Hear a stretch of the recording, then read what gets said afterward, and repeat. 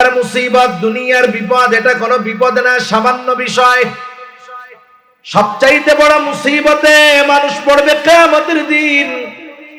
ওই কঠিন মুসিবতের দিন দুনিয়ায় মা যত ভালোবাসুক না কেন, বাবা যত মোহাব্বত করুক না কেন, ওই কঠিন মুসিবতের দিন বাবা তার সন্তানকে চিনবে না, মা তার সন্তানকে চিনবে না। আল্লাহ তাআলা বলেন, ইয়াউমা ইয়াফিরুল মারউ মিন আখিহি ওয়া উম্মিহি ওয়া আবিহি ওয়া সাহিবাতিহি ওয়া বানিহি লিকুল্লি ইমরিইন মিনহুম ইয়াউমা ইযিন শা'নুন ইউগনিহি। আল্লাহ তাআলা বলেন, কিয়ামতের দিন ভাই ভাইয়ের থেকে পলায়ন করবে। ওয়া উম্মিহি ওয়া আবিহি, পিতা মাতার থেকে পলায়ন করবে। ওয়া সাহিবাতিহি ওয়া বানিহি, স্ত্রী সন্তানদের থেকে পলায়ন করবে। কেউ চাইবে না কারো সাথে হাসরের ময়দানে দেখা হয়ে যাক, বরং মানুষ এমনও বলবে, আল্লাহ আপনি দুনিয়ার সবাইকে জাহান্নামে দিয়ে হলেও আমাকে মাফ করে দেন, আমাকে জান্নাত দিয়ে দেন। ওই কঠিন মুসিবতের দিন সবাই নিজের চিন্তায় বিভোর থাকবে। অথচ এই কঠিন মুসিবতের দিন আমার আপনার নবীজিও চিন্তিত থাকবে, তবে নিজের জন্য নয়। নবীজি তার উম্মতের চিন্তায় বিভোর থাকবে। নবীজি উম্মতের চিন্তায় বিভোর থাকবে। একবার দৌড়ায় চলে যাবে হাউজে কাউসারের কাছে। না জানি নবীর কোন উম্মত হাউজে কাউসারের পানি পান থেকে মাহরুম হয়ে যায়। আর একবার দৌড়ায় চলে যাবে মিজানের কাছে। না জানি কোন উম্মত ওজনের পাল্লায় ধরা পড়ে যায়। আর একবার দৌড়ায় চলে যাবেন নবী জাহান্নামের কাছে। না জানি তার কোন উম্মতকে জাহান্নামে দিয়ে দেওয়া হয়। আর একবার দৌড়ায় সুপারিশের প্রয়োজন নবীজি চলে যাবেন, আল্লাহর কুদরতি কদমে সেজদায় লুটায় পড়বেন। এক কথায় নবীজি চিন্তিত পেরেশান। শুধু তাই না, সব নবী জান্নাত অভিমুখে রওনা হয়ে যাবে। নবীজি হাসরের ময়দানে থাকবেন। জান্নাতের দরজা খোলা হবে না, জান্নাতের দরজা বন্ধ থাকবে। জিজ্ঞাসা করা হবে, কি ব্যাপার, জান্নাতের দরজা খোলো না কেন? ফেরেশতারা জবাব দিবে, যিনি আসলে খোলা হবে তিনি আসেন নাই। কে তিনি? তিনি হলেন মুহাম্মাদুর রাসূলুল্লাহ সাল্লাল্লাহু আলাইহি ওয়াসাল্লাম। কোথায় তিনি? হাসরের ময়দানে অবস্থান করতেছে। যতক্ষণ না নবী তার প্রত্যেকটা উম্মত, যার মধ্যে যারা পরিমাণ ঈমান হলেও আছে, তার ব্যাপারে যতক্ষণ আল্লাহ তাআলার পক্ষ থেকে জান্নাতের নিশ্চয়তা, ক্ষমার নিশ্চয়তা না পাবে, ততক্ষণ আমার আপনার নবী নিজে জান্নাতে প্রবেশ করবে না। যেই দিন মা চিনবে না, বাবা চিনবে না, ভাই চিনবে না, যেই সন্তানের জন্য রক্ত পানি করে উপার্জন করে বাবা, সেই সন্তান চিনবে না, ওই কঠিন দিন আমার আপনার নবী কিন্তু বলবে না। তাহলে বুঝে থাকলে জবাব দিবেন। বলেন তো, মা বাবা বেশি ভালোবাসে নাকি নবী বেশি ভালোবাসে? কোনো সন্দেহ নাই, নবীজি সবচাইতে বেশি ভালোবাসে। প্রত্যেক নবী তার উম্মতকে ভালোবাসে। বরং কিছু কিছু সময় এমনটা হয়, ভালো যে তার চাইতে খারাপটার জন্য চিন্তা আরো বেশি হয়। আমি মাঝে মধ্যেই বলি, মনে করেন এক বাবার 5 ছেলে, এক মার 5 ছেলে, 4 জন ভালো, বুজুর্গ, মুত্তাকি, পরহেজগার, আবেদ, সব দিক দিয়া ভালো, গোনাটোনা করে না। কিন্তু 5 নম্বর ছেলেটা সর্বোচ্চ পর্যায়ের মন্দ।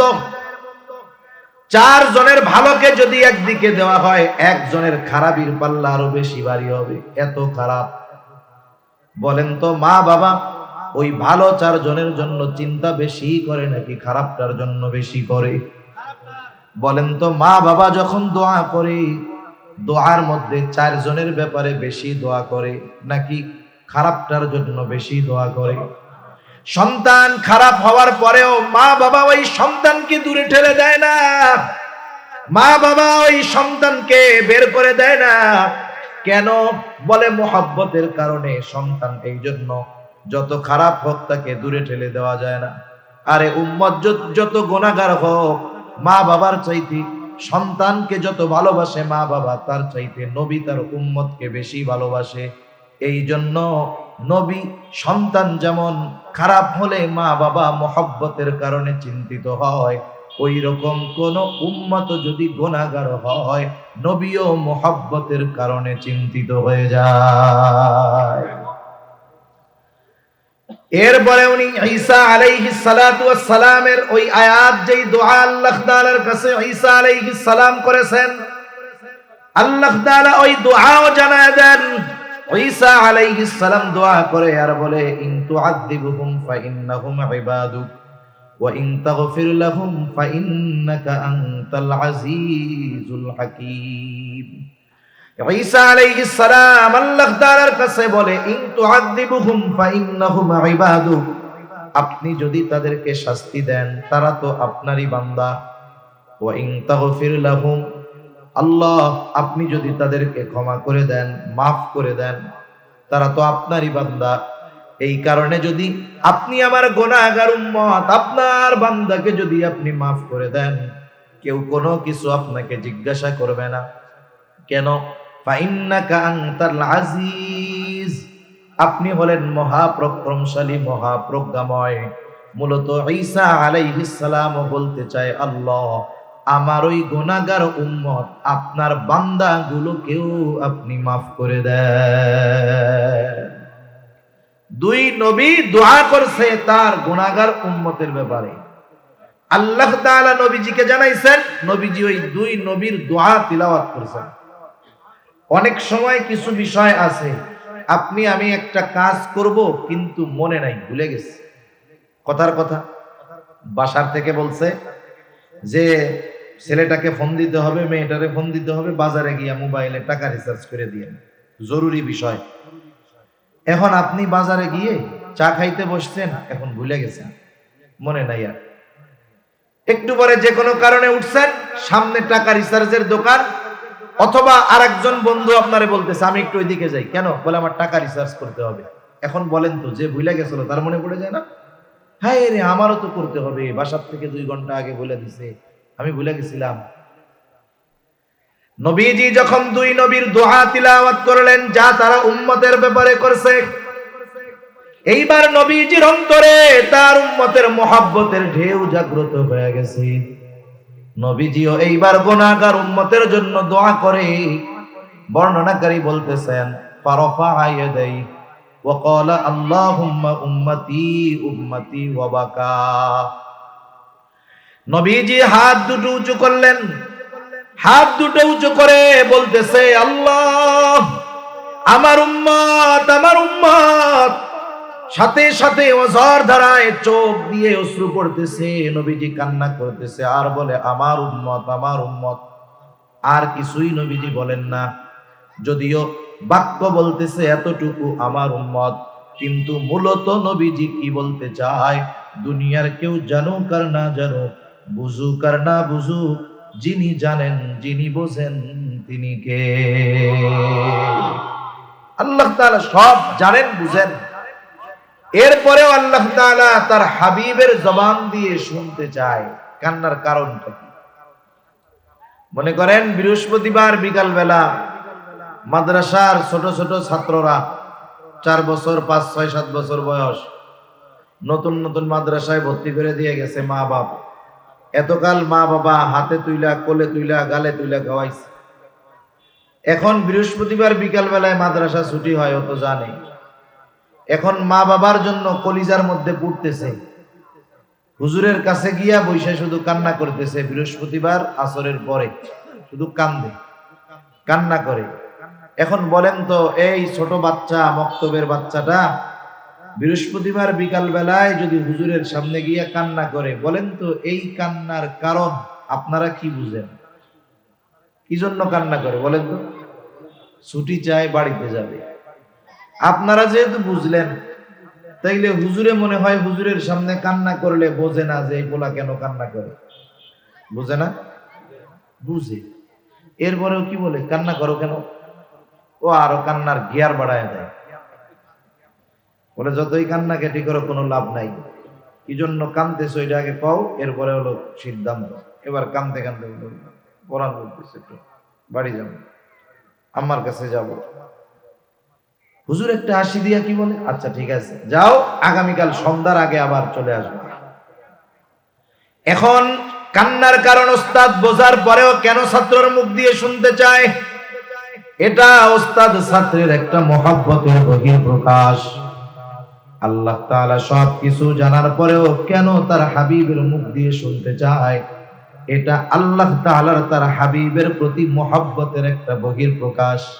হাবিব আপনার যা মন চায় বলেন, কারণ আল্লাহ তাআলা তো আমার আপনার নবীজিকে এমন ভালোবাসে যে আল্লাহ তাআলা কিছু কিছু ক্ষেত্রে এমন বিধান নাজিল করেন যেটা আমার আপনার নবীকে খুশি করার জন্য। আল্লাহ তাআলা নবীজিকে খুশি করার জন্য বিধান পরিবর্তন করে। রাসূলুল্লাহ সাল্লাল্লাহু আলাইহি ওয়াসাল্লাম বাইতুল মুকাদ্দাসের দিকে ফিরে নামাজ পড়তেন, তবে ওয়াল কাবাতু বাইনা ইয়াদাই, কাবা বাইতুল মুকাদ্দাস আর তার মাঝে থাকতো। কারণ মক্কা থেকে বাইতুল মুকাদ্দাস ছিল উত্তর দিকে, নবীজি দাঁড়াইতেন সামনে কাবা, এরপরে বাইতুল মুকাদ্দাস। কিন্তু উনি যখন মদিনায় হিজরত করলেন, মদিনাও তো মক্কা থেকে উত্তর দিকে, এইবার যখন বাইতুল মুকাদ্দাসের দিকে ফিরে নামাজ পড়ে আমার আপনার নবী, কাবা পড়ে গেছে পেছন দিকে। 16 মাস নবীজি নামাজ পড়ছেন বাইতুল মুকাদ্দাসের দিকে ফিরে, কিন্তু মনের তামান্না যদি কাবা মুসলমানদের জন্য কিবলা হইতো ভালো হইতো। সব সময় মনের তামান্না এটা। নবীজি নামাজে দাঁড়ায় গেলেন, নামাজের মধ্যে নবী বারবার আকাশের দিকে তাকায়। আল্লাহ তাআলা বলেন, ক্বাদ নারা তাকাল্লুবা ওয়াজহিকা ফিস সামা ফালানুওয়াল্লিয়ান্নাকা কিবলাতান তারদাহা। আপনি কেন বারবার আকাশের দিকে তাকান? আল্লাহ তাআলা তো জানে, আল্লাহ তাআলা তো দেখে, আপনি কেন তাকান তাও জানে। আল্লাহ তাআলা বলেন, ফালানুওয়াল্লিয়ান্নাকা কিবলাতান, অবশ্যই অবশ্যই আপনার জন্য আমি কিবলাকে পরিবর্তন করে দিব। তারদাহা, আপনার খুশির জন্য আমি আপনার কিবলাকে পরিবর্তন করে দিব। আল্লাহ তাআলা নবীজির সন্তুষ্টির জন্য, নবীজিকে খুশি করার জন্য নবীজির চাওয়া অনুযায়ী কিবলা পরিবর্তন করে দিয়েছেন। কত মহব্বত, ভালোবাসা। জিবরাইল আলাইহিস সালাতু ওয়াস সালাম কে আল্লাহ তাআলা বলে, জিবরাইল যাও, আমার মুহাম্মদ কেন কান্না করে, কান্নার কারণ জিজ্ঞাসা করো। জিবরাইল আলাইহিস সালাতু ওয়াস সালাম হাজির, এসে বলে, আপনি কেন কান্না করেন? যদিও আপনার কান্নার কারণ আল্লাহ তাআলা জানে, এরপরেও তিনি জানতে চান। এইবার জিবরাইল আলাইহিস সালাতু ওয়াস সালামের কাছে প্রাণ খুলে নবী সব কথা বললেন, উম্মতের ব্যাপারে সব কথা বললেন। এইবার জিবরাইল আলাইহিস সালাম আল্লাহ তাআলার কাছে গিয়ে সব কথা খুলে বলল। আল্লাহ তাআলা জানায় দিলেন, জিবরাইল যাও, আমার মুহাম্মদকে গিয়ে জানায় দাও, আমি অচিরেই তাকে তার উম্মতের ব্যাপারে সন্তুষ্ট করব, তাকে অসন্তুষ্ট করব না। নবীজি দুনিয়ায় থাকতেই উম্মতের ক্ষমার ব্যাপারে চিন্তিত ছিলেন, পেরেশান ছিলেন। শুধু তাই না, উম্মতের ব্যাপারে নবীজির ফিকির কেমন ছিল, চিন্তা কেমন ছিল। নবীজি যখন প্রথম দিকে গোপনে দাওয়াত দিলেন 3 বছর গোপনে দাওয়াত দেওয়ার পর আল্লাহ তাআলা নির্দেশ দিলেন, ওয়া আনদির আশীরাতাকাল আকরাবিন। এখন আর গোপনে হবে না, আপনার আত্মীয় স্বজন আশেপাশের যারা আছে এদেরকে প্রকাশ্যে দাওয়াত দেন। নবীজি দাওয়াত দিবেন গুরুত্বপূর্ণ এক বিষয়ে। এটা তো দুনিয়ার সবচাইতে মোস্ট ইম্পর্টেন্ট একটা বিষয় যেটা মানুষকে জানাতে হবে। এমনটা ছিল না যে আমরা যেমন বছরে একদিন দাওয়াত দিছেন, 2 ঘন্টা 3 ঘন্টার জন্য আসলাম, 1 ঘন্টা কিছু দিনই কথাবার্তা বললাম, চলে গেলাম। নবীজি কি এইরকম দাওয়াত দিছে মক্কাবাসীরে? না, নবীজিও মক্কাবাসীকে হাড়ে হাড়ে চিনে, মক্কাবাসীও নবীজিকে পরিপূর্ণভাবে চিনে।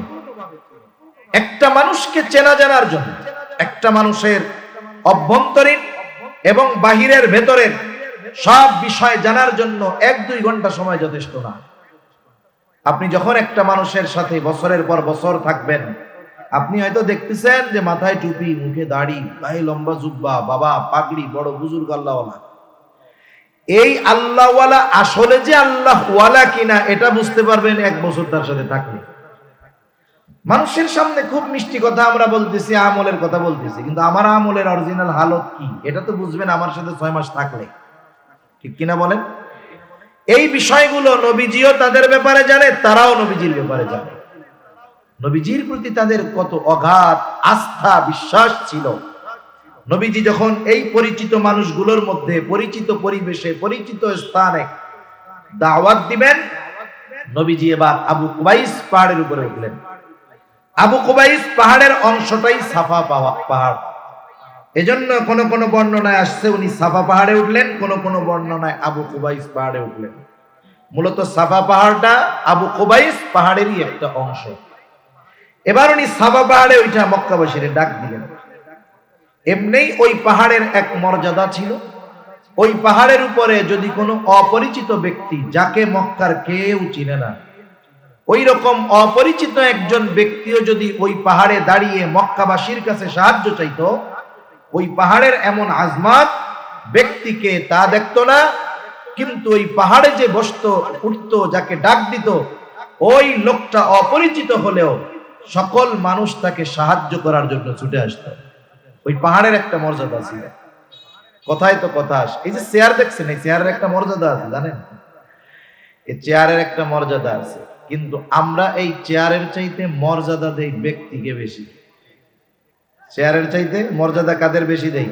ব্যক্তিকে বেশি দেই। ব্যক্তি যদি ভাইরাল হয়, ব্যক্তি যদি সেলিব্রিটি হয়, আবার যদি ব্যক্তি এমন হয় যে এত না দিলে আসে না, এরকম যদি হয়, কমপক্ষে ওয়াজ না শুনলেও ওনারেও দেখতে মন চাই যে এমন হুজুর 1 ঘন্টায় 1 লাখ টাকা লাগে, একটু চেহারাটা হলেও দেখে আসে। কিন্তু যদি আহলুল্লাহ বুজুর্গানে দিন বয়ান করে, তখন ওইটারে গোনে না। অথচ উচিত ছিল আমাদের এই চেয়ারের মর্যাদা দিয়ে, ওই মর্যাদা কাফেররা দিতে পারতো, পাহাড়ের মর্যাদা দিয়ে অপরিচিত ব্যক্তির ডাকে তারা চলে আসতো। কিন্তু আমরা দ্বীনি বিষয়ে এই চেয়ারের মর্যাদা দিয়ে যদি একজন অপরিচিত মানুষ বসে, একজন আলেম বসে, স্থানীয় আলেম বসে, আমরা এই চেয়ারের মর্যাদা দিয়ে তার কথা শুনতে আসি না, চিন্তা করি ও তো আমগো দেশের হুজুর। ঠিক কিনা বলেন? আমাদের এলাকায় বলে বাড়ির গোশ ডালের সমান, বাড়ির গোশ ডাউলের সমান। আবার মাঝে মধ্যে একটু গল্প না করলেও তো হয় না, কথায় কথা মনে পড়ে যায়। কষ্ট হইতেছে না তো আপনাদের? এগুলো তো ওয়াজের অংশ না, তবে আপনাদের সাথে একটু আন্তরিকতা বাড়ানোর জন্য বলা। অনেক সময় অন্যের বাড়ির পিঠা মজা লাগে। অন্যের বাড়ির পিঠা কি লাগে? মজা লাগে। আমরা তো দেখছি চিটাগাঙে তো আল্লাহ তাআলা অনেক আছে। শাইখুল ইসলাম বয়ান করতেছে, আসরের পরে বয়ান করতেছে, লোকজন 5-7 জন 8-10 জন বসা। আব্দুল হালিম বুখারী রাহমাতুল্লাহি আলাইহি আসরের পরে বয়ান করতেছে। আফসোস লাগে কি, আওয়াম নাইলে না বুঝে, ওই এলাকায় যিনি গেছেন পটিয়া মাদ্রাসার মুহতামিম আব্দুল হালিম বুখারী রাহমাতুল্লাহি আলাইহি, ওই এলাকার উলামায়ে কেরাম কোন জায়গায় ছিল, মসজিদের ইমাম মুয়াজ্জিনরা কোথায় ছিল, তারা আইসা জুইড়া বসলেও তো 100 জন লোক হইবে। এই লোকগুলাও আসে, মনে করে আমাদেরই তো হুজুর। কি মনে করছে? আমাদেরই তো হুজুর।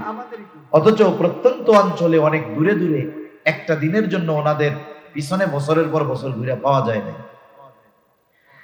তা যাই হোক, অনেক সময় অন্যের বাড়ির পিঠা মজা লাগে, এটা ঠিক না। নিজের ঘরের স্ত্রী যদি রান্না করে, খারাপ হইলেও মজা কইতে হয়। খারাপ হইলেও কি বলতে হয়? মজা বলতে হয় যে খুব মজা হয়েছে। মজা না হইলেও ফায়দা, হইলেও ফায়দা।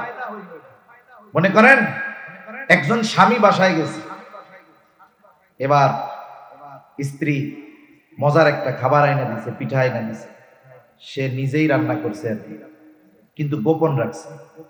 এখন স্বামীরে খাইতে দিছে, খাওয়া দাওয়ার পরে বলতেছে, দিছে এটা কি? বলে এটা পিঠা। কে দিছে? এই তো পাশের বাসার থেকে একজন দিছে আর কি। খাওয়া দাওয়া শেষ, জিজ্ঞাসা করে কেমন হয়েছে? খুব মজা তো, ভাবির হাতের রান্না খুব মজা, পিঠাটা খুব স্বাদ হয়েছে। কে বলে সত্য কথা বলি? বলে হ্যাঁ বলো। বলে এই পিঠাটা তো আমি আপনার জন্য রান্না করছি ভাই, এই জন্যই তো বাসি বাসি গন্ধ। পিঠা যখন কইছে পাশের বাসার ওনার খুব মজা লাগছে, যখন ওয়াইফ বলছে আমি রান্না করছি আপনার জন্য, তখন কি বলে এই যে একটু গন্ধ গন্ধ কইতেছিল। তা উচিত কি, স্ত্রী রান্না করছে তরকারিতে লবণ কম হয়েছে, যত মশলা মশলা দিক না কেন যদি লবণ না দেয় ওই তরকারির স্বাদ হবে? হবে না। আপনি খাইছেন, খাইলেন, এখন দেখলেন যে লবণ কম হয় নাই, আপনি লবণ নিলেন খাইলেন, জিজ্ঞাসা করতে পারে বা আপনি বলতে পারেন খুব মজা হয়েছে তরকারিটা আলহামদুলিল্লাহ। মহিলাদের অভ্যাস হইল স্বামী যদি প্রশংসা করে অধিকাংশ ক্ষেত্রে বিশ্বাস করে না। যখন আপনি বলবেন খুব মজা হয়েছে, আপনার কথা বিশ্বাস জীবনেও করবে না, সে নিজে আগে টেস্ট করে আবার দেখবে আসলে মজা হয়েছে কিনা। এইবার যদি দেখে যে মুখে নেওয়ার পরে লবণ হয় নাই, তাহলে তো স্বাদই হয় নাই, সে লজ্জিত হবে, সাথে সাথে আনন্দিত হবে যে স্বাদ না লাগার পরেও আমার স্বামী আমার সাথে একটু গরম কথা বলে নেই। আর যদি স্বাদ হয়, সে আনন্দিত হবে যে আলহামদুলিল্লাহ আমার স্বামী আমার প্রশংসা করছে। এই জন্য কাছের মানুষ, ঘরের মানুষ যারা, এদের কদর মূল্যায়ন করার দরকার। সে যেই হোক আর যাই হোক, ওলামা একরাম হলে তো আরো বেশি করার দরকার, ঠিক কিনা বলেন? ওই যে কথার থেকে গেলাম, আমরা চেয়ারের কদর করার যোগ্যতা অর্জন করবো, আল্লাহ বুঝবার তৌফিক দান করুন। এই চেয়ারগুলো দামি চেয়ার, এগুলো নবীদের ওয়ারিসের চেয়ার। যেমন প্রত্যেকটা হাদিস যারা পড়ে, হাদিসের সনদের ধারাবাহিকতা আছে, চেয়ারগুলোরও এরকম ধারাবাহিকতা আছে। তাই আবু কুবাইস পাহাড়ের এক মর্যাদা, উপরে উঠে যদি কোনো ব্যক্তি কোনো কথা বলতো, অপরিচিত হলেও পাহাড়ের মর্যাদা দিয়ে তারা ওই ব্যক্তির কথা শুনতো। ওই পাহাড়ে উঠছে মুহাম্মাদুর রাসূলুল্লাহ সাল্লাল্লাহু আলাইহি ওয়াসাল্লাম। আজকে আর কেউ ঘরে নাই, একবারে সবাই চলে আসছে। মুহাম্মদ কি বলবে আমাদের? নবীজি জিজ্ঞাসা করতেছে, আমি যদি তোমাদেরকে বলি এই পাহাড়ের পেছন দিকে পাদদেশে একদল অশ্বারোহী সৈন্য আক্রমণ করার জন্য ওত পেতে আছে, তোমরা কি আমার কথা বিশ্বাস করবা নাকি? উপস্থিত সব মানুষ সমস্বরে বলল, কেন নয়, অবশ্যই তোমার কথা আমরা বিশ্বাস করি। কেন করি? এই কারণটাও মক্কাবাসী বলেছে, হাদিসের মধ্যে আসছে, বিশ্বাস করি কারণ মুহাম্মদ ইতিপূর্বে তোমাকে কখনো আমরা মিথ্যাবাদী পাই নাই। নবীজির সত্যবাদিতার সাক্ষী মক্কার কাফেররা দিয়েছে। ওই নবীজি যখন চিরন্তন সত্য কথাগুলো তাদের সামনে তুলে ধরছে, কাফেররা এবার নবীজির এই কথাকে প্রত্যাখ্যান করছে। একটা জিনিস, দূরের একজন যদি আমার কোনো কথা অস্বীকার করে, সাময়িক কষ্ট লাগতে পারে, কিন্তু আমার ঘরের, আমার চেনা জানা, যাদের সাথে যুগের পর যুগ অতিবাহিত হয়েছে, এই ধরনের মানুষ যদি আমার কোনো সত্য কথা অস্বীকার করে, বলেন কষ্ট লাগবে কি লাগবে না? অবশ্যই লাগবে। নবীজির কষ্ট পেয়েছেন, আহারে এই মানুষগুলোর সাথে আমার শৈশব, কৈশোর, যৌবন অতিবাহিত হয়েছে, অথচ এরা আমার এই সত্য কথাটাকে বিশ্বাস করতেছে না। নবীজি চিন্তিত হয়ে গেলেন, কষ্টে চিন্তায় খানা দানা বন্ধ হয়ে গেল। নবীজি পেরেশান, খানা দানা বন্ধ, অসুস্থ হয়ে গেছেন। অসুস্থতার মাত্রা এতটা বেশি ছিল, আল্লাহ রাব্বুল আলামিন আয়াত নাজিল করে বলেন, লাআল্লাকা বাখিউন নাফসাকা আল্লা ইয়াকুনু মুমিনিন। আল্লাহ রাব্বুল আলামিন বলেন, হাবিব, এরা ঈমান না আনার কারণে আপনি নিজেকে নিজে নিঃশেষ করে দিচ্ছেন, মৃত্যু মুখে ঠেলে দিচ্ছেন। তাহলে উম্মত ঈমান না আনার কারণে নবী কত চিন্তিত হতেন, কত পেরেশানি হতেন, আল্লাহ তাআলার এই কালাম দ্বারা এটা বোঝা যায়। শুধু তাই না, মুহাব্বতের মানুষের ব্যাপারেই তো চিন্তিত বেশি থাকে, যদিও সে মন্দ হয়। নবীজি উপমা দিতেন এইভাবে, তোমাদের মধ্যে আর আমার মধ্যে উপমা হলো ওই ব্যক্তির ন্যায় যে আগুন প্রজ্বলিত করেছে, আগুন জ্বালিয়েছে। এখন তো চতুর্দিকে প্রত্যন্ত অঞ্চলগুলোতেও ইলেকট্রিসিটি আছে। এক সময় কারেন্ট ছিল না, বিশেষ করে ফসলের সময়, ধানের সময় যদি কেউ আগুন জ্বালাইতো, কেউ যদি একটু আগুন প্রজ্বলিত করতো, চতুর্দিক থেকে পোকামাকড় এসে লাফায়া লাফায়া আগুনের মধ্যে পড়ে আত্মহুতি দিত। আগুন যিনি জ্বালিয়েছেন তিনি যদি হাত দিয়ে সরায়ও দিতেন, কাজ হইতো না, আরো জোর করে এসে আগুনের মধ্যে পড়তো। নবীজি বলেন, তোমাদের আর আমার মধ্যে উপমা হলো ওই ব্যক্তির ন্যায় যে আগুন প্রজ্বলিত করলো, চতুর্দিক থেকে পোকামাকড় এসে আগুনের মধ্যে পড়তে থাকলো, সে ঠেকায় পারে না। আমিও তোমাদেরকে জাহান্নামের দিক থেকে কোমর ধরে ধরে টেনে আনি, আর তোমরা শক্তি প্রয়োগ করে আমার থেকে ছুটে যাও। উম্মতের প্রতি কত দরদ থাকলে, কত মায়া থাকলে উম্মতের ব্যাপারে নবীজি এমন উপমা দিতে পারেন। শুধু তাই না, ওই উম্মতের ব্যাপারে নবীজির এত মায়া, এত মহব্বত, ভালোবাসা যে ওই উম্মতের দ্বারা আঘাতপ্রাপ্ত হওয়ার পরেও নবীজি কখনো ওই উম্মতের জন্য বদদোয়া করেন নাই। যখন মক্কার মানুষ নবীজির কথাগুলো মানে না, নবী চলে গেলেন তায়েফ, যেখানে তার শৈশবের কিছু সময় অতিবাহিত হয়েছে। হযরত যায়েদ রাদিয়াল্লাহু তাআলা আনহুকে নিয়ে চলে গেলেন তায়েফ। তায়েফের মানুষেরাও নবীজিকে চিনল না। দলবদ্ধভাবে নবীজির গায়ে তারা পাথর নিক্ষেপ করতে শুরু করলো। হযরত যায়েদ রাদিয়াল্লাহু তাআলা আনহু একা ঠেকাতে পারেন না। পাথরের আঘাতের মাত্রা কতটা বেশি ছিল। আয়েশা সিদ্দিকা রাদিয়াল্লাহু তাআলা আনহা নবীজির গায়ে একদিন দাগ দেখতে পাইলেন, দাগ। আয়েশা সিদ্দিকা রাদিয়াল্লাহু তাআলা আনহা বলে, ইয়া রাসূলুল্লাহ, আপনার পিঠে এইগুলো কিসের দাগ? আপনার কি কখনো বসন্ত হয়েছিল নাকি? নবীজি বলে, না আয়েশা, আমার কখনো বসন্ত হয় নাই। তাইলে এই দাগগুলো কিসের? নবীজি বলে, আয়েশা, আমি যখন তায়েফে দ্বীনের দাওয়াত দিতে গিয়েছিলাম, ওই তায়েফের মানুষ আমাকে যে পাথর নিক্ষেপ করেছিল, তাদের নিক্ষিপ্ত পাথরের আঘাতের দাগ এইগুলো। এর মানে বোঝা যায় নবীজিকে পাথর মারছে বড় বড় না ছোট? বড় পাথর। শুধু বড় পাথর না, পাথরগুলো চোখা ধারালো ছিল, যার কারণে আঘাত লাগছে, গায়ে গর্ত হয়ে গেছে, রক্ত প্রবাহিত হয়েছে। নবীজির গা দিয়ে এই ধারালো পাথরের আঘাতে এত পরিমাণ রক্ত পড়েছে, পুরা গা জামা রক্তাক্ত হয়ে গেছে, রক্তে ভিজে গেছে।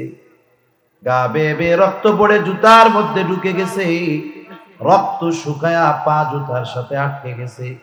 স্বাভাবিক, আমরা যারা রক্ত দান করেছি 100 গ্রাম, 150 গ্রাম, 200 গ্রাম রক্ত নেওয়ার পরে অনেকে 2 ঘন্টা উঠতে পারে না।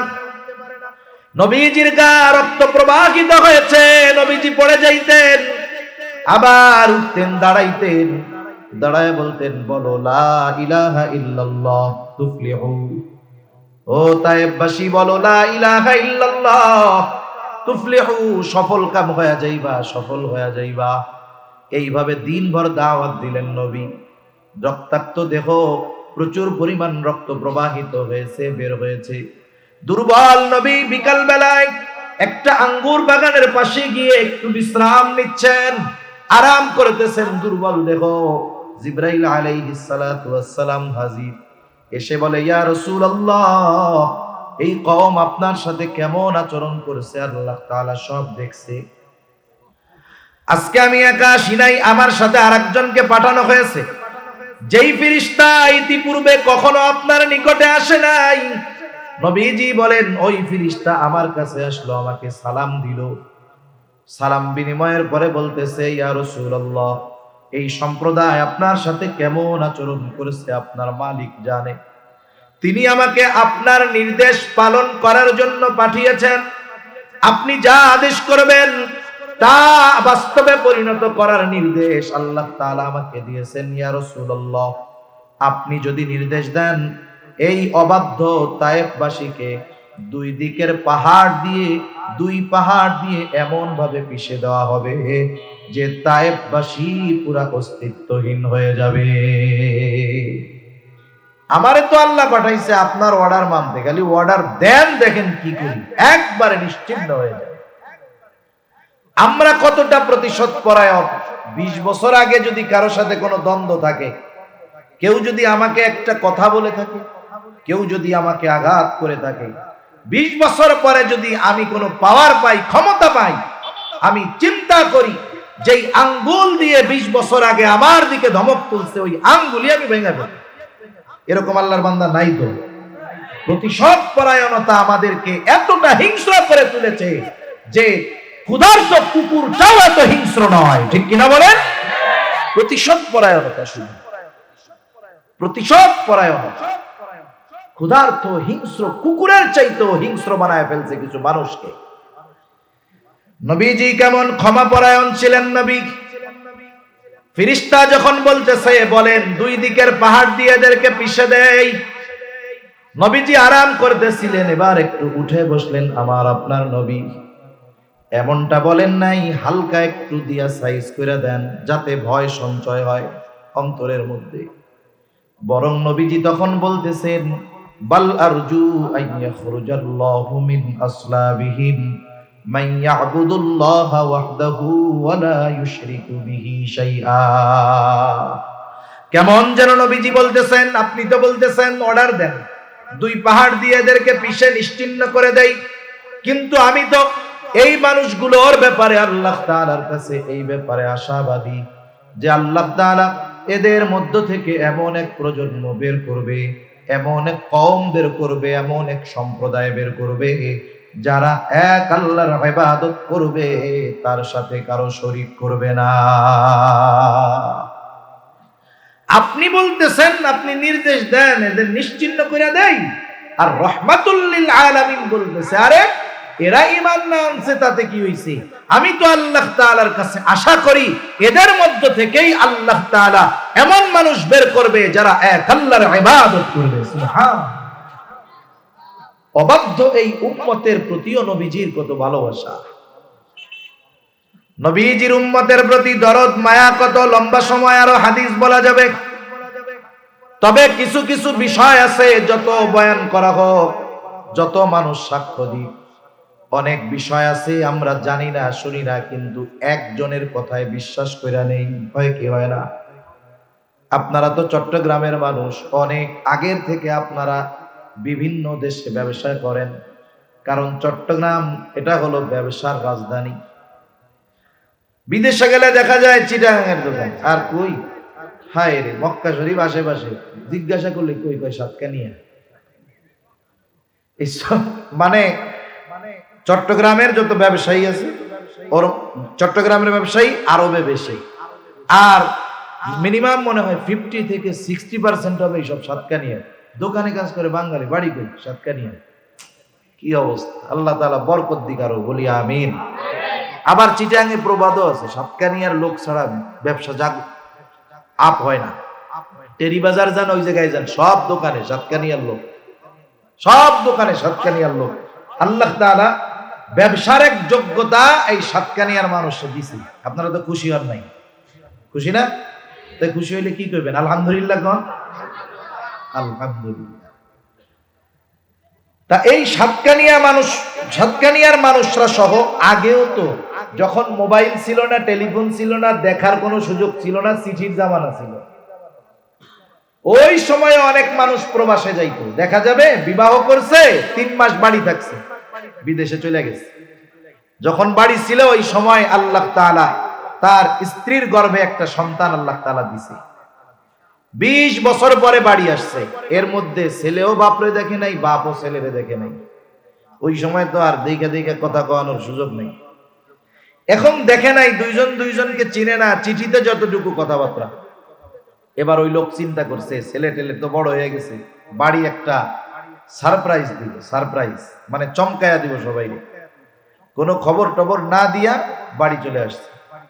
রাত 2টার সময় দরজায় টোকা দিছে, বাড়ি যায়, দরজা খুলো। এখন যুবক মানুষ 20 বছরের, রাত 2টায় টোকা দিলে তো ওই খুলবে। এখন যেই দরজা খুলছে দেখো অপরিচিত একজন মানুষ। কে আপনি? তুমি আমাকে চিনবা না, তোমার মা আমারে চিনবে। ওই পোলা তো পারলে লাঠি নিয়ে ওই বেটারে পিটাইতে যাবে। এই চেঁচামেচি শুরু হবে। এইবার দৌড় দিয়া মহিলা এসে বলবে আরে বাবা তুমি ওরে চিনো নাই ওনাকে, উনিই তো তোমার আব্বা। এখন বলেন তো, একটু আগে যে গরম টরম হয়েছিল, যখন এই মা এসে বলবে এই যেই তোমার আব্বা, ও বলবে নাকি যে আমি বিশ্বাস করি না? এ বলবে? মার এক কথায় যারে 20 বছর দেখে নাই, মুহূর্তের ভিতরে বলবে ও আব্বা ভুল হয়ে গেছে, মাফ করে দেন, আমি তো আপনারে দেখি নাই, বেয়াদবি নিয়েন না। তাহলে দেখেন অনেক বিষয় আছে, একজন সাক্ষীর সাক্ষ্যর কারণে গোটা বড় বড় বিষয়কে আমরা বিশ্বাস করে নেই। নবীজি যে আমাদের ভালোবাসেন কোনো সন্দেহ আছে? এই যে ভালোবাসে এ ব্যাপারে স্বয়ং সাক্ষী দিচ্ছেন কে বলেন তো? আরো জোরে বলেন না কে? তাহলে আল্লাহ তাআলা যেই বিষয়ের সাক্ষী দিচ্ছে, তাহলে এই ভালোবাসার পরিমাপ বা পরিমাণ কত, এটা পরিমাপ করার কোনো ক্ষমতা আমাদের মধ্যে নাই।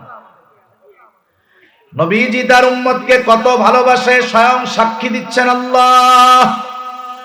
আল্লাহ রাব্বুল আলামিন বলেন, লাকাদ জাআকুম রাসূলুম মিন আনফুসিকুম আজিজুন আলাইহি মা আনিতুম হারিসুন আলাইকুম বিল মুমিনিনা রাউফুর রহিম। আল্লাহ রাব্বুল আলামিন বলেন, লাকাদ জাআকুম রাসূলুম মিন আনফুসিকুম, তোমাদের মধ্য থেকে তোমাদের জন্য এমন একজন রাসূলের আগমন ঘটেছে যিনি হলেন আজিজুন আলাইহি মা আনিতুম। সোজা কথায় শব্দে কেমনে বুঝাই, তিনি হলেন সমব্যথী। তার মানে যেই বিষয়টা তোমাদের জন্য কষ্টের সেটা ওই রাসূলকেও কষ্ট দেয়। সুবহানাল্লাহ। এখন প্রশ্ন হতে পারে, আমি যেইটায় কষ্ট পাই নবী সেইটায় কষ্ট পায় কেমনে? একটা উদাহরণ দিলে বুঝতে সহজ হবে। মনে করেন এক লোকের 3 বছরের একটা ছেলে, 3 বছরের সন্তান। সন্তানের বয়স যখন একেবারে ছোট থাকে, 1-1.5-2 মাস বয়স, তখন এক ধরনের মায়া, যখন বাপ বাপ বইলা ডাকে তখন আরেক মায়া, আব্বু আব্বু ডাকে পিছে পিছে দৌড় দিয়া যখন আসে তখন কিন্তু আরেক মায়া, আরেক মহব্বত। এই 3 বছরের ছোট্ট বাচ্চাটা হঠাৎ করে অসুস্থ হয়ে গেছে, জ্বরাক্রান্ত হয়ে গেছে। গভীর রাত, প্রচন্ড জ্বর, কেমন যেন তাপে তার কপালটা ফেটে যাচ্ছে। বাচ্চাটা কষ্টে যন্ত্রণায় কান্না করতেছে। বলেন তো, ওই মুহূর্তে ওই বাচ্চার সামনে তার মা বাবা, আমার তো দিল বলে ওই বাচ্চা অসুস্থতায় যত কষ্ট পায়, কষ্ট দেখে মা বাবা তার চাইতে আরো বেশি কষ্ট পায়।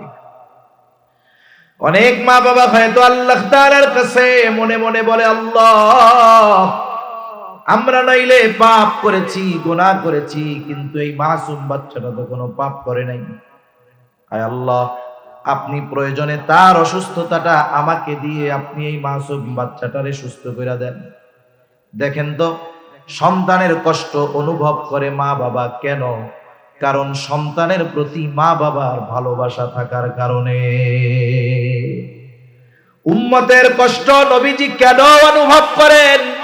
নবীজির অন্তরে উম্মতের মুহাব্বত, ভালোবাসা থাকার কারণে। এই জন্য আল্লাহ তাআলা বলেন, এমন এক হাবিব, এমন এক রাসূল তোমাদের মধ্য থেকে তোমাদের জন্য আসছে, তোমাদেরকে যেটা কষ্ট দেয় সেটা তার জন্য কষ্টের কারণ হয়ে যায়। এই জন্য সাহাবায়ে কেরামও যখন নবীজির কাছে কোনো কষ্টের কথা বলতেন, নবীজির এক্সপ্রেশন, অবস্থাটা এমন হইতো, ওই সাহাবীর পূর্ণ কষ্টটা কেমন যেন নবী নিজেও অনুভব করতেছে। এজন্যই তো সাহাবায়ে কেরাম নবীজির জন্য ফেদা ছিল, জীবন দিয়ে দিতে তারা সবসময় তৈরি থাকতেন। একথাই আল্লাহ তাআলা বলেন, তিনি হলেন তোমাদের জন্য সমব্যথী। যেই বিষয় তোমাদের জন্য কষ্টের সেটা তার জন্য কষ্টের। এরপরে আল্লাহ তাআলা বলেন, তিনি হলেন হারিস, হারিসুন আলাইকুম, তোমাদের জন্য সর্বোচ্চ কল্যাণকামী। নবীজি উম্মতের জন্য সর্বোচ্চ কল্যাণকামী নবী। নবী একদিন সাহাবায়ে কেরামকে নিয়ে পথ চলতেছেন। উম্মতের ব্যাপারে নবী চাইতেন উম্মত দ্বীনের পথে চলে আসুক। নবীজি একদিন পথ চলেন, নবী বলতেছে, হঠাৎ করে আমার ভাইদেরকে দেখতে মন চায়। সাহাবায়ে কেরাম জিজ্ঞাসা করে, ইয়া রাসূলুল্লাহ, আমরা কি আপনার ভাই নই? নবীজি বলেন, শোনো, তোমরা আমার সাথী, তোমরা আমার সাহাবী, তাহলে আপনার ভাই কারা? নবীজি বলেন, আমার পরে আমাকে না দেখে যারা আমার উপরে ঈমান আনবে তারা হলো আমার ভাই।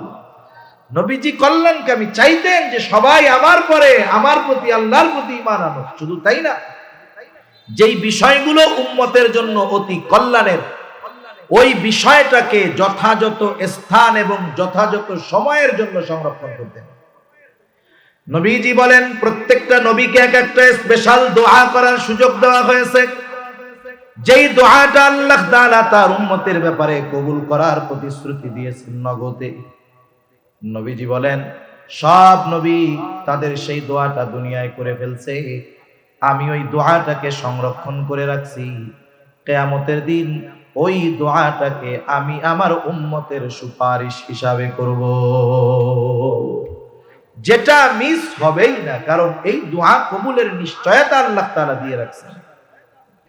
এজন্য নবীজি হলেন উম্মতের জন্য সর্বোচ্চ কল্যাণকামী। এরপরে আল্লাহ তাআলা স্পেশাল ভাবে মুমিনদের জন্য নবী কেমন, আল্লাহ তাআলা বলেন বিল মুমিনিনা রাউফুর রহিম। মুমিনদের জন্য নবী হলেন রাউফ, নবী হলেন রহিম। আপনারা জেনে থাকবেন আল্লাহ তাআলার কিছু গুণবাচক নাম আছে, এই নামগুলোর মধ্যে অন্যতম দুইটা নাম হলো রাউফুর রহিম। আল্লাহ রাউফুর রহিম, আল্লাহ তাআলা রাউফুর রহিম।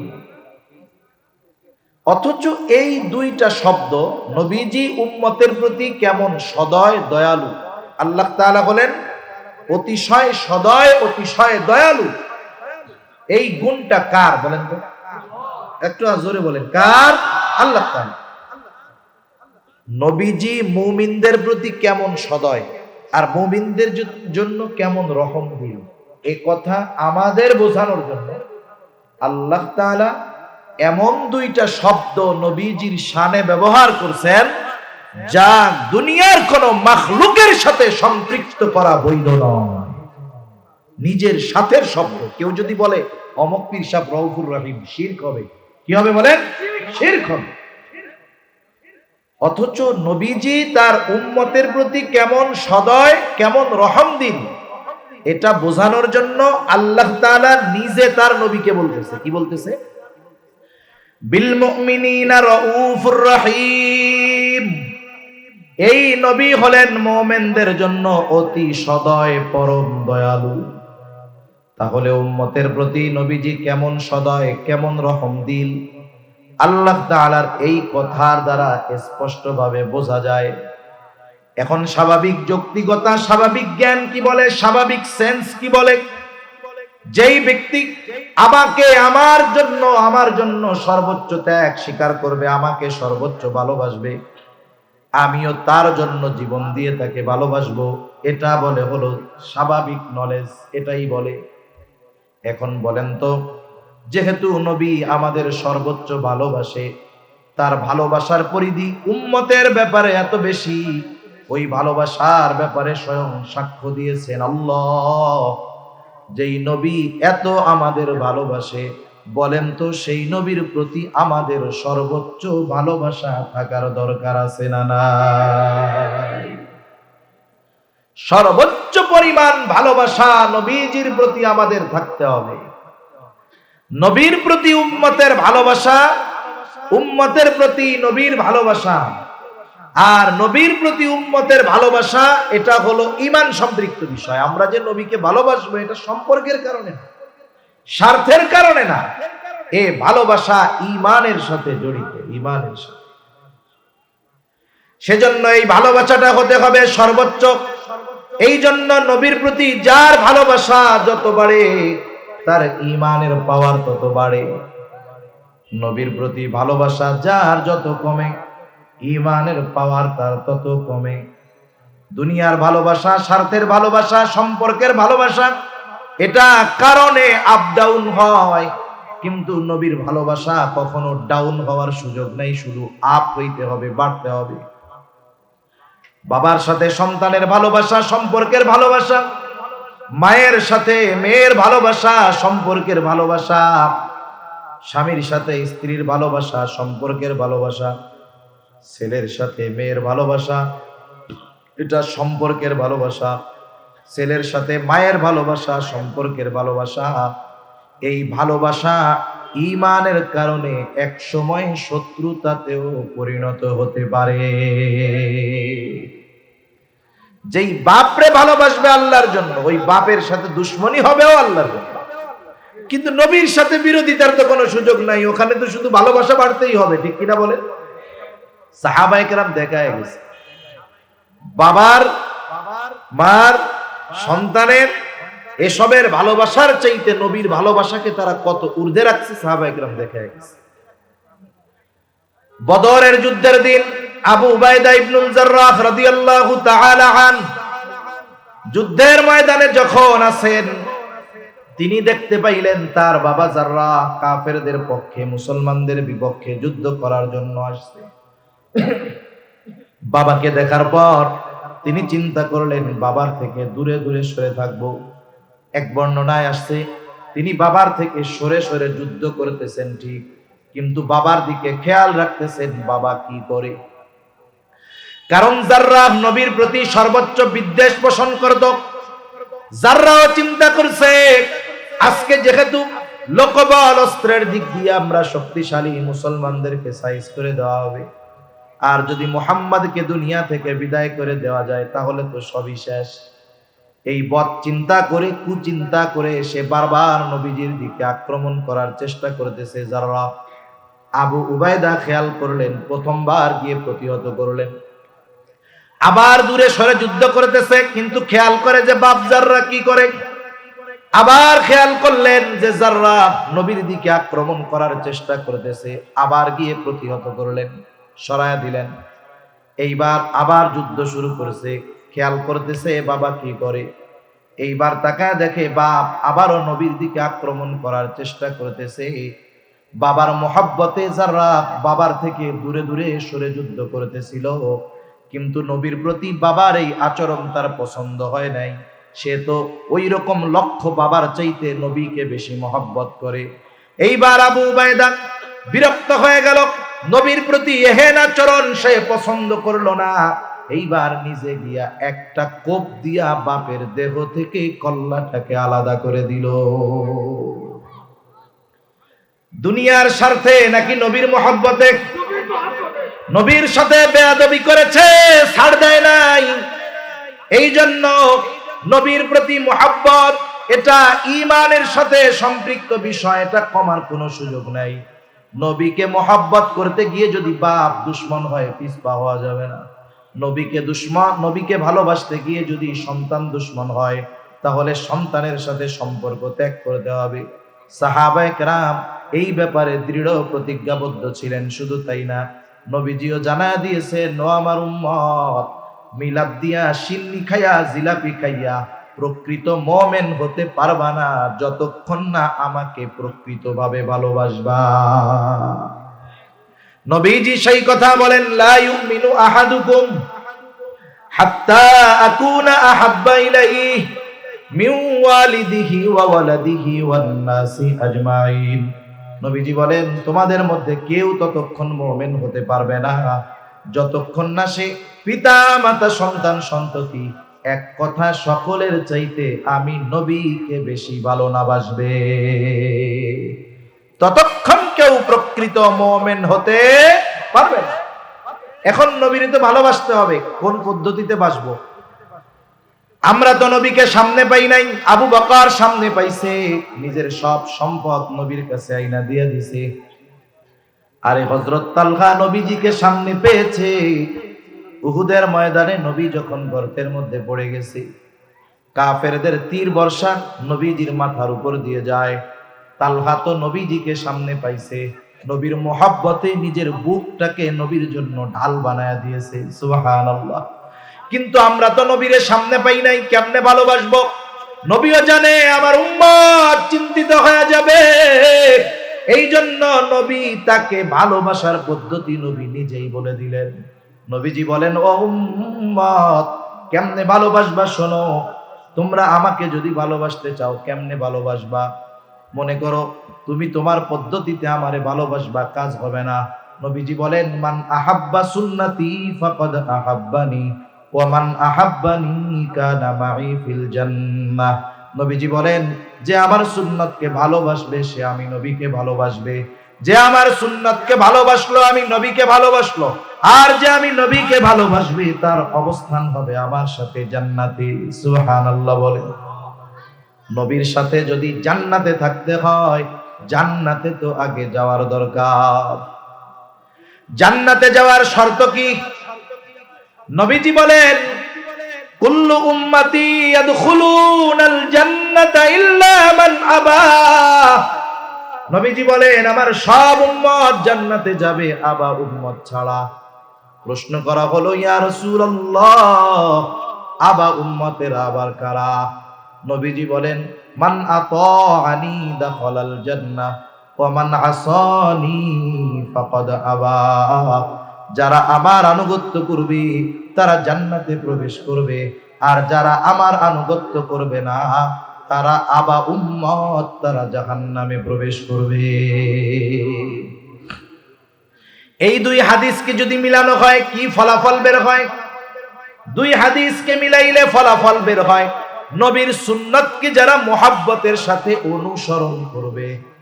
আমরা অনেকে আছি সুন্নাত ভালোবাসি, সুন্নাত ওয়ালা ভালোবাসি, নিজে সুন্নাত ওয়ালা হই না, কাজ হবে না। নিজেও সুন্নাত ওয়ালা হতে হবে, সুন্নাতকে ভালোবাসতে হবে। তাহলে কেউ যদি নবীর সুন্নাতকে মোহাব্বতের সাথে অনুসরণ করে, সে নবীর সাথে জান্নাতে অবস্থান করবে। আমরা কারা কারা নবীর সাথে জান্নাতে থাকার আশা রাখি? হাত উঁচা করি তো। নারায়ে তাকবীর। আরো জোরে বলেন, নারায়ে তাকবীর। মাশাআল্লাহ, ইচ্ছা আছে তো? আছে না? আল্লাহ কবুল করুন। ইচ্ছার প্রতিফলন ঘটানোর জন্য কর্মের দরকার। আমরা স্বপ্ন দেখি, বাস্তবায়ন করতে রাজি নাই। আমরা আশা যেটা করি সেটা কর্মে পরিণত করতে হলে ত্যাগ স্বীকার করতে হয়। অনেক সময় মানুষের কথা শুনতে হয়, গন্ডারের চামড়া বানায় ফেলতে হয়। অনেক সময় অন্যান্য কষ্ট স্বীকার করতে হয়, তাইলেই না স্বপ্ন বাস্তবায়ন করা যায়। নবীর সাথে আমরা জান্নাতে থাকতে চাই, এ আশা সবার, কিন্তু কি করলে যে নবীর সাথে জান্নাতে থাকা যায় সেটা আমরা করতে কেউ রাজি নাই। তাহলে বোঝা গেল আমাদের ইচ্ছা আর কর্ম এই দুইটার গন্তব্য এক না। আমার ইচ্ছা একদিক, গন্তব্য আর একদিক। এক নৌকায় যদি উঠতে পারতাম, যে কোনো এক জায়গায় গিয়া ঠেকতাম, কিন্তু দুই নৌকায় যদি দুই ঠ্যাং বেঁধে দেওয়া হয়, দুই পা বেঁধে দেওয়া হয়, গন্তব্য তো বহুদূর, নিজেরই তো 12টা বেজে যাবে। সেই জন্য আমাদের ইচ্ছার সাথে কর্মের প্রতিফলন ঘটাতে হবে। এতে বহুত কথা মানুষ বলতে পারে, শোনা লাগতে পারে, স্বাভাবিক বিষয়। নবীর সাথে জান্নাতে থাকতে পারা এটা সৌভাগ্যের ব্যাপার। কত বড় সৌভাগ্যের ব্যাপার! আনাস রাদিয়াল্লাহু তাআলা আনহু থেকে বর্ণিত হাদিস।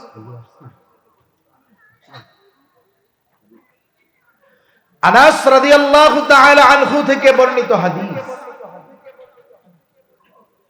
নবীজি সাল্লাল্লাহু আলাইহি ওয়াসাল্লামের সাহাবী আনাস রাদিয়াল্লাহু তাআলা আনহু, তিনি বলেন, একদিন নবীজির কাছে একজন গ্রাম্য সাহাবী আসলো। গ্রাম্য সাহাবী, গ্রামের কিছু মানুষ আছে সরল, আগ পিছ বুঝে না, মনের মধ্যে কোনো দোষ নাই, সোজা সাপটা ইসা কথা বলে, জিজ্ঞাসা করে, জানতে চায়। কিন্তু আমরা শহরে বসবাস করি, গ্রামের ওই সরল মানুষগুলোর সরলতাকে আমরা মূর্খতা মনে করি, কিন্তু আসলে এটা সরলতা। নবীজির কিছু সাহাবী ছিলেন গ্রাম্য সাহাবী ওই রকম। নবীজি একদিন একজনের সাথে কথা বলতেছেন। নিয়ম হলো যখন কারো সাথে কথা বলবে আর একজন আইসা কথার মধ্যে কথা না বলা। নবীজি কথা বলতেছে, ওই গ্রাম্য সাহাবী নবীজির কাছে এসে প্রশ্ন করে, মাতাসা, হে আল্লাহর রাসূল, কিয়ামত কখন হবে? নবীজি ওই ব্যক্তির সাথে কথা শেষ করার পরে বলতেছেন, ওই লোকটা কোথায় যে আমাকে জিজ্ঞাসা করছে কিয়ামত কখন হবে? কিছু কিছু সময় কিছু প্রশ্ন করার পর ওই প্রশ্নের জবাব দেওয়ার আগে উল্টা প্রশ্ন করা জরুরি হয়ে যায়। কারণ ওই ব্যক্তির কথার ভঙ্গিমাটা এমন ছিল, ভাবটা এমন ছিল, উপস্থাপনা প্রেজেন্টেশন এমন ছিল, কেমন যেন সে কিয়ামতের জন্য সব প্রস্তুত করে বসে আছে, কিন্তু কিয়ামত আসার নামে খবর নাই। মনে করেন আপনি ঢাকা যাবেন, টিকিট কাটেন নাই, আপনি টিকিট কাউন্টারে গিয়ে জিজ্ঞাসা করলেন বাস কখন আসবে, এই প্রশ্নটা করলেন। এরপরে টিকিট কাটলেন, টিকিট কাটছেন 11টার, বাইজা গেছে 11:30। আপনি টিকিট কাউন্টারে গিয়ে আবারও তো ওই একই কথা বলবেন নাকি, যে বাস কখন আসবে? কিন্তু বলেন তো, টিকিট কাটার আগের বাস কখন আসবে এইটা বলা, আর টিকিট কাটার পরে যাওয়ার প্রস্তুতি যখন আপনি নিয়েছেন তখন জিজ্ঞাসা করা বাস কখন আসবে, একই বাক্য, কিন্তু সময় অবস্থান প্রেজেন্টেশনের কারণে বলেন তো এর অর্থের পার্থক্য বা বুঝের পার্থক্য আছে না নাই? আগে আপনি সাধারণভাবে জিজ্ঞাসা করছেন বাস কখন আসবে, কিন্তু টিকিট কাটার পরে যখন টাইম পার হয়ে গেছে বাস আসে না, তখন যখন বলতেছেন বাস কখন আসবে, এর মধ্যে কিছু কথা আছে। কি কথা? আরে মিয়া, টিকিট কাটছি 10টা, সব কিছু নিয়ে টিয়া পয়সা আছি, তোমার বাস আসার নামে খবর নাই কেন? এই হলো মূল কথা। তা ওনার বাচন ভঙ্গিতে মনে হচ্ছে উনি প্রস্তুত কিয়ামতের জন্য, কিন্তু কিয়ামত আসতেছে না। সেই জন্য নবীজি পাল্টা প্রশ্ন করলেন, মা আদাত্তা লাহা, কিয়ামতের জন্য তুমি কি প্রস্তুতি গ্রহণ করছো, কি পাথেয় গ্রহণ করছো? সরল সহজ লোকটা বলতেছে, আমি আল্লাহ এবং তার রাসূলকে ভালোবাসি। নবীজিও এই লোকের কথার জবাবে সুন্দরভাবে জবাব দিয়ে বললেন, আল মারউ মা'a মান আহাব্বা, যে যাকে ভালোবাসে তার সাথে অবস্থান করবে। নবীজি এই কথা বলার পর লোকটা বাড়ির দিকে আটা দিচ্ছে। হযরত আনাস রাদিয়াল্লাহু তাআলা আনহু বলেন, নবীজির মুখে এই কথা শ্রবণ করবার পর আমরা ঈমান আনার পরে এতটা খুশি হই নাই যত খুশি এই কথাটা শ্রবণ করবার পরে হয়েছি। হযরত আনাস রাদিয়াল্লাহু তাআলা আনহু বলেন, আমি আল্লাহর রাসূলকে ভালোবাসি, আমি আবু বকর ওমর রাদিয়াল্লাহু তাআলা আনহুমা উভয়কে ভালোবাসি, যদিও তাদের মতো আমল করতে পারি নাই, কিন্তু এই ব্যাপারে আমি আশা রাখি জান্নাতে আমি তাদের সাথে অবস্থান করতে পারবো। দুনিয়ার মানুষ দুনিয়ার একজন সম্মানিত ব্যক্তির সাথে সময় কাটানোর জন্য, একটু পাশে বসার জন্য, পাশে থাকার জন্য কত মেহনত করে, কত চেষ্টা করে, কত ব্যয় করে।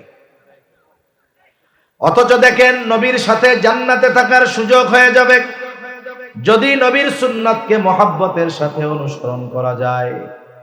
এর চাইতে সৌভাগ্যের খবর আর কিছু সাহাবায়ে কেরাম মনে করেন না। ঈমান আনার পরে এই কথাটাকেই তারা সবচাইতে আনন্দের কথা বলে মনে করে। দেখেন ওই সুন্নাত অনুসরণের মাধ্যমে ওই সৌভাগ্যময় বিষয়টাও আমরা অর্জন করতে পারি। পারি কি পারি না? পারি।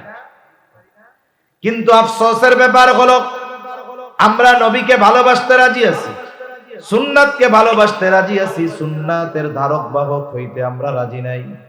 এই জন্য যখন আমাদেরকে সুন্নাতের কথা বলা হয়, সুন্নাতের উপরে চলার কথা বলতে হয়, বলা হয়, তখন আমাদের উল্টা পাল্টা শুরু হয়ে যায়।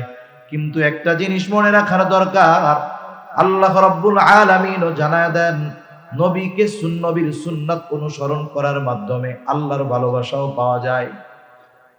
দুনিয়াতে এমন একজন মাখলুক পাওয়া যাবে না যে আল্লাহকে চিনে, সে বলবে যে আমার আল্লাহর ভালোবাসার দরকার নাই। প্রত্যেকেই আল্লাহ তাআলাকে ভালোবাসতে চায়, কিন্তু কেমনে ভালোবাসবে? আল্লাহ রাব্বুল আলামিনও জানায় দেন কেমনে ভালোবাসবা, আমাকে শুইনা নাও। আল্লাহ তাআলা বলে, ও পয়গম্বর, আপনার উম্মত আমার বান্দা আমাকে ভালোবাসতে চায়, আমি কি করলে ভালোবাসা পাবো আপনি একটু তাদের বইলা দেন। আল্লাহ তাআলা বলেন, হাবিব আপনি বলেন, কুল ইন কুনতুম তুহিব্বুনাল্লাহ, হাবিব আপনি বলেন, তোমরা যদি আল্লাহ তাআলাকে ভালোবাসতে চাও।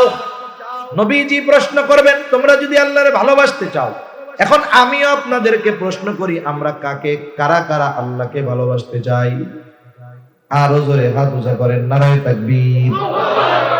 আমরা সবাই আল্লাহকে ভালোবাসতে চাই, মুখ আর অন্তরকে মিলাতে হবে, নেফাকির কোনো সুযোগ নাই।